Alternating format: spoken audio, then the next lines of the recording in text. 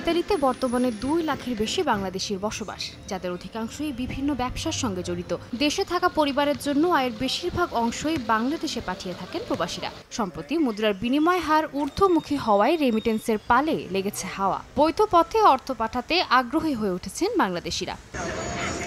ইতালির কেন্দ্রীয় ব্যাংকের তথ্য অনুযায়ী 2024 সালের প্রথম 3 মাসে বাংলাদেশে এসেছে 29 কোটি 13 লাখ ইউরো, আর 2025 সালের প্রথম 3 মাসে এই অঙ্ক বেড়ে দাঁড়িয়েছে 39 কোটি 65 লাখ ইউরো। অর্থাৎ এক বছরের ব্যবধানে রেমিটেন্সের পরিমাণ 10 কোটির বেশি ইউরো বেড়ে দাঁড়িয়েছে।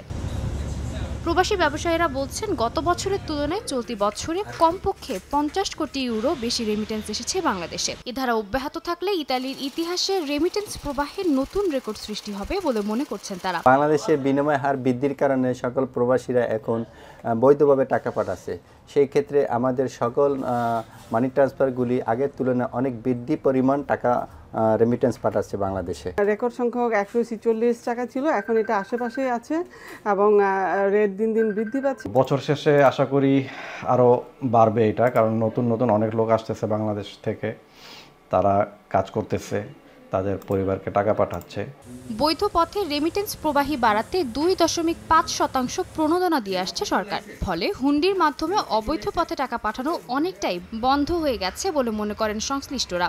দেশের বৈদেশিক মুদ্রার রিজার্ভ বাড়াতে এখন রেমিটেন্সই সবচেয়ে কার্যকর উৎস হয়ে উঠেছে। সময় সংবাদ, ইতালি।